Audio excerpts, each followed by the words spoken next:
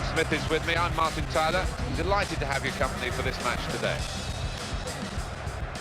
The match today is Newcastle United against West Ham United. The hosts are placed in 9th position in the league. Meanwhile, today's visitors are in 20th place. Scott McBeanie is the man with the whistle. G'day YouTube, it's Brett here from Overtime Gaming with you once again, and welcome back to some FIFA 13 Connected Career Mode with Newcastle United. And as you can see, we're 9th in the league right now. If we win today, we go up to 8th above QPR, and if Chelsea take a loss, we go above them as well. So definitely good time for us. We've got the bottom dwellers West Ham today, and as you can see, Aliadiare has actually got 5 goals on the season so far. He's still on the bench. We've given Menez the start still. Just because giving him only one run out at striker isn't really fair. We've got to let him prove his worth up there before we drop him completely. As you can see, West Ham have Shamak up front now, which means they've dropped Vazte, Carlton Cole's down there as well. I actually thought he was injured for this game, but it doesn't appear that way. Kevin Nolan playing centre attacking mid for him as well. So another former Newcastle boy coming up against his old club today.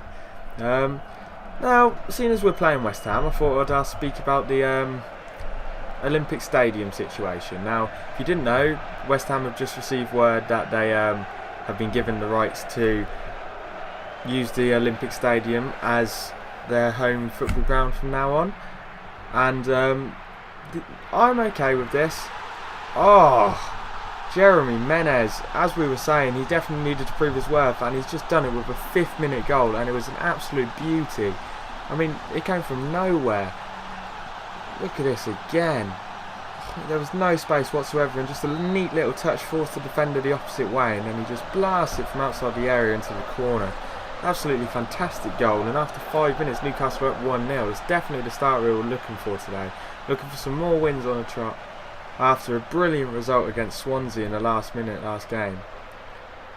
Now, back to the West Ham situation. If you didn't know, they've just won the bid for the Olympic Stadium. They're going to be using it as their home ground from now on, which means Upton Park's gone. Not right now. I'm okay with this because West Ham is so close to Stratford. It is literally one tube stop down the road, so it is the same area of London in all honesty. And it's definitely better than giving it to Spurs, who is a completely different area and a completely different tube route. And also Spurs have a good enough ground as it is, so I think they need to get over it. But the other reason I like this is because now that probably means we're going to get the Olympic Stadium and Ultimate Team at some point in the next few years whenever the work's done. The bit I don't like is the fact that I wanted it to go to something other than a football stadium. I wanted it to be used for sporting events all year round, athletics tournaments, anything like that, just because I thought it would have been better for the situation as a whole, and it would use it for what it actually was meant for, rather than be wasted for a football stadium. And I love football, but I just think it will be wasted. The other issue I have with it is the fact that the government's paying 150 million towards it. It's just absolutely crazy. They forked out all that money to build the stadium in the first place. Why should they have to alter it and pay for the alterations just because a football club's doing it? And it's all for things like retracting seats and stuff like that, to cover the running track. The fact is, they should have built that in the first place. They knew what they were going to do with that after the Olympics, so why didn't they? Just absolutely ridiculous. Especially when West Ham are only putting around 11 million into it, which they could buy a new player for, so there's nothing to them. And only pay £2 million a year in rent, which they probably pay somebody more than that in wages, in all honesty. So I just think it's absolutely ridiculous. And it's just typical British government. It's just awful. However, I am glad it's being used. I'd rather it be used than waste away like the bird's nest in Beijing, which actually has weeds and stuff growing out of the track now. So I am glad it's being used. I don't like the fact the top level's coming off. I'm glad the running track's staying though, because definitely makes it look better. I mean, people that say it won't have atmosphere for a football ground, it has atmosphere in it. Try being there for the Olympics, and that is a wonderful goal by Jeffron. Beautiful ball in by Ben Arfa, and then an absolutely stunning finish by Jeffron. He's been looking for a goal the last few games, he just hasn't been able to do it. But with a finish like that, that was just absolutely crazy. Let's look at that again. Look at that, running across the other way and just swings his 30 and just sneaks into the bottom corner. That's a beautiful goal. The goalkeeper had no chance, pulled right across him, and Newcastle up 2-0 now in the 33rd minute. It's going to be a big day for us today, boys. Now, going back to the atmosphere thing with the Olympic Stadium, there was a lot of atmosphere there. I mean, I was there for the Paralympics. I saw Richard Whitehead win a gold medal in 200 metres, and it was just crazy. I mean, when he came out, everyone went insane when they heard he was British. Race started, well, everyone went down to the blocks, everyone went quiet, but then they announced the names again, and he was British, and everyone went crazy again. They started the race, and he just dropped so far behind, and all you heard was just the crowd go silent, basically, as if to say, oh God, here we go again. He comes around the bend and coming onto the home straight, and he just annihilates everyone. And as he's catching up with everyone, you hear the crowd just get louder and louder. He comes around the bend, takes the lead, and it just erupted in that place. I've never heard so much noise in my life. I've been to things like the Guinness Premiership Final, I've been to everything like that, and this was just insane. It made you so proud to be British, and my issue with West Ham taking the stadium is it's going to get rid of some of those moments. All of a sudden the stadium's going to become about football and football in that stadium and West Ham's history rather than the history of Britain and the Olympics. 2012 was such a good year to be British, and I know I'm kind of patronising myself because my whole Newcastle side's French, but that's a completely different story and let's not go into that. But I don't like it. I'm not a West Ham fan, obviously I'm a Newcastle fan. My girlfriend's dad is a West Ham fan, and he's against it as well. And he's against it because of Upton Park. I think it's Upton Park, sorry if it's not Upton Park.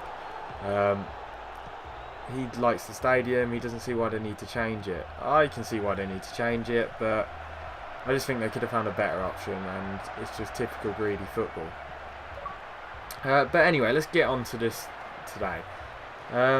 Obviously this game has been good from a Newcastle standpoint, and there you go, Jeremy Menez with his second goal, completely justifying why we started him today.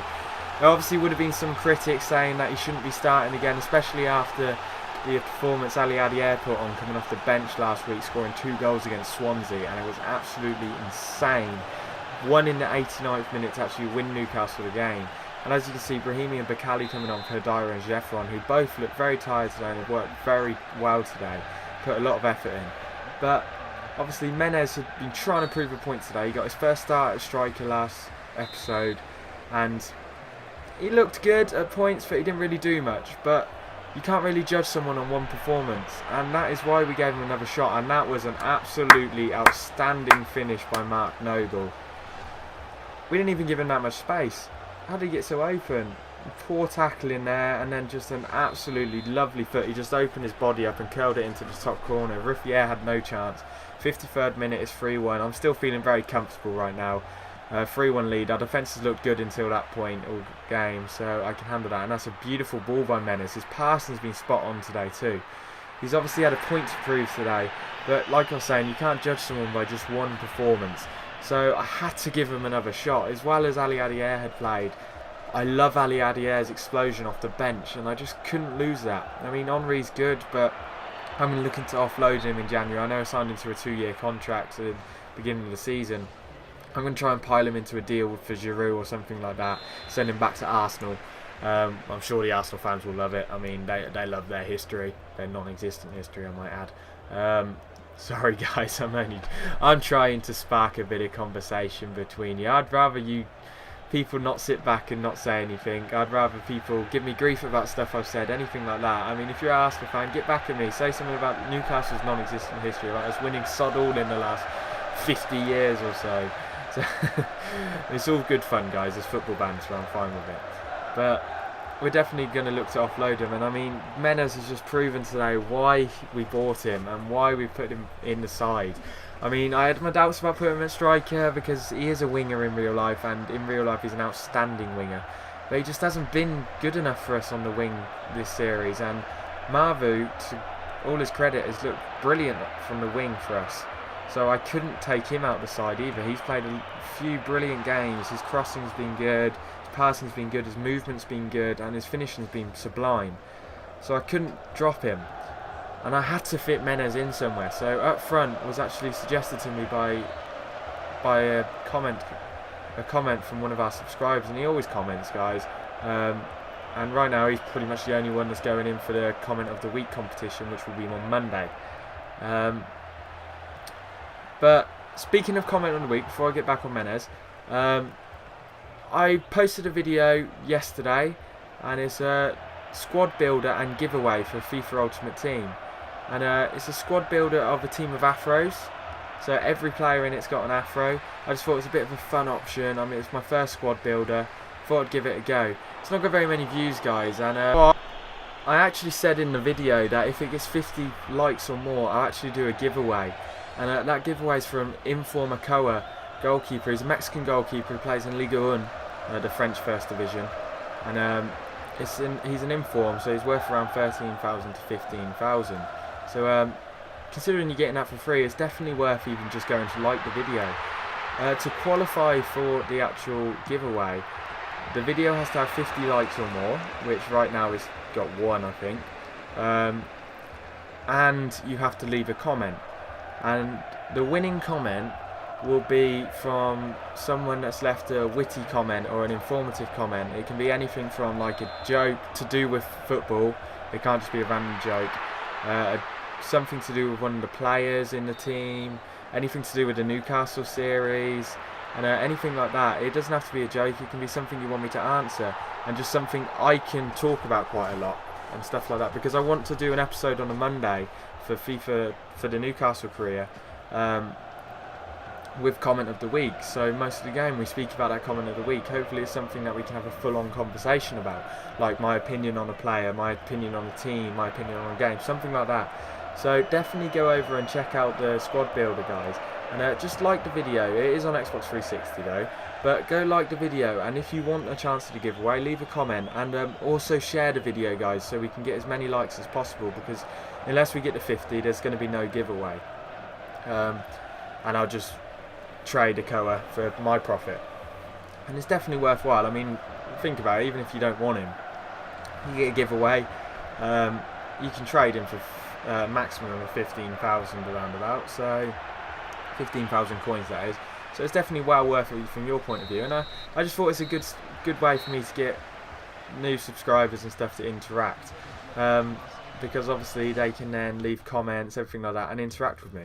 And as you can see, Jeremy Menez won man of the match. Definitely going to be starting again next game. I mean, performance like that, we won 3-1. And that should move us up to 8th or 7th. So it's definitely good for us.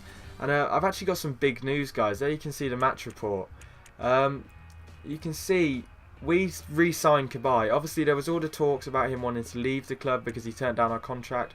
We actually signed him to a 3-year deal. So now he's got 5 years left. So it's definitely positive for us. We also turned down the Ireland international job.